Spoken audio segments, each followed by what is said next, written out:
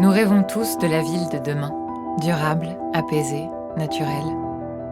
Nous sommes nombreux à vouloir agir, pour la faire advenir sans attendre, ici et maintenant. À Lyon, dans le quartier de la Confluence, un nouveau projet urbain propose des idées pour une ville différente, positive pour ceux qui y vivent et pour la planète.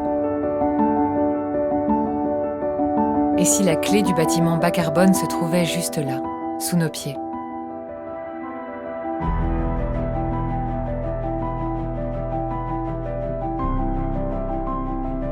On a un bâtiment atypique sur cette opération qui est l'Orangerie. Ce bâtiment est un bâtiment bas carbone conçu en terre crue. Donc la terre crue vient de 30 km de Lyon, donc très peu d'impact carbone sur le transport. 100% recyclable, donc lui il a un cycle de vie hyper vertueux puisqu'il n'a que des matériaux biosourcés qui ont contribué à ça. À sa construction, la pierre, le bois, mais surtout le pisé.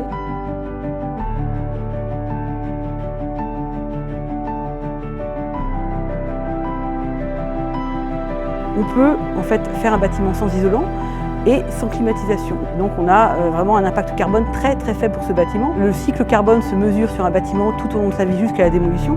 Vous démolissez un bâtiment en terre, ça redevient de la terre. Enfin, au niveau carbone, c'est vraiment un bâtiment exemplaire et exemplaire également pour les années à venir. Pour nous, c'est un bâtiment démonstrateur. Nos besoins évoluent, mais pas les bâtiments dans lesquels nous vivons. Trop souvent, ils deviennent obsolètes et doivent être détruits. Et si dans la ville de demain, les bâtiments étaient pensés pour évoluer avec nous ? Aujourd'hui, l'enjeu de la ville, c'est de faire des bâtiments durables et évolutifs, donc agiles. Ce bâtiment est flexible et réversible. Flexible parce qu'en fait, sur un même plateau, on peut faire évoluer les logements d'un logement à l'autre, une pièce d'un logement à l'autre.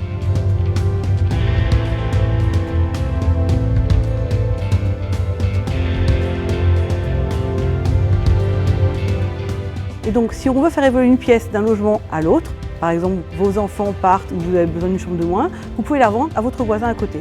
Et ça, sans l'accord de la copropriété, puisque cette maison est mitoyenne.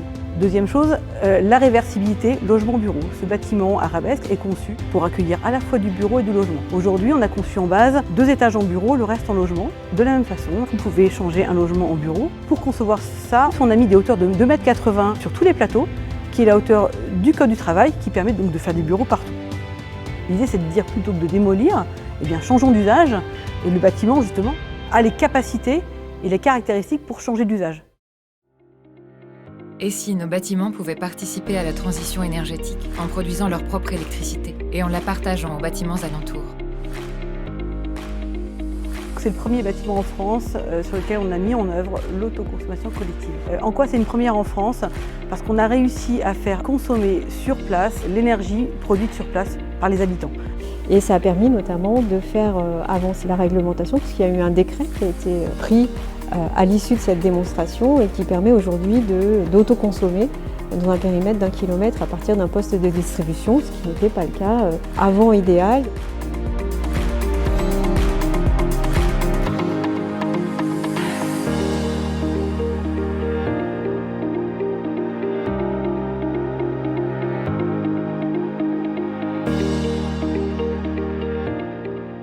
Voilà, c'est comme ça que les choses avancent et que la Confluence se positionne dans ce rôle d'expérimentation.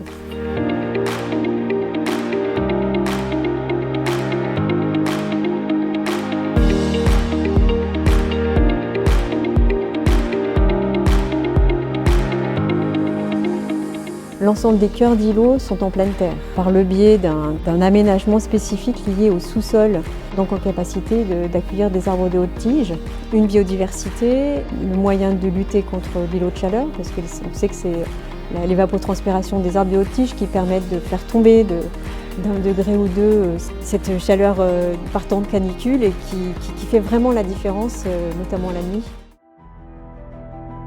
Nous rêvons de bâtiments qui nous rapprochent, qui créent du lien social par l'architecture, mais aussi grâce aux espaces naturels. C'est un enjeu de convivialité et justement de rencontre, de mélange des générations et de catégories socio-professionnelles qui va pouvoir se faire, d'une part parce qu'il y a le compost, des tables pour déjeuner, des potagers. Aujourd'hui, idéal justement, c'est le projet démonstrateur pour la ville de demain. Et donc il faut que nos bâtiments soient pensés dans cet esprit-là. Une architecture qui encourage la solidarité. Aujourd'hui, idéal, c'est un îlot qui est mixte en usage, mixte social, par les commerces et par les bureaux. Il y a de la vie tout le temps sur cet îlot et ça c'est important pour que ça puisse bien vivre.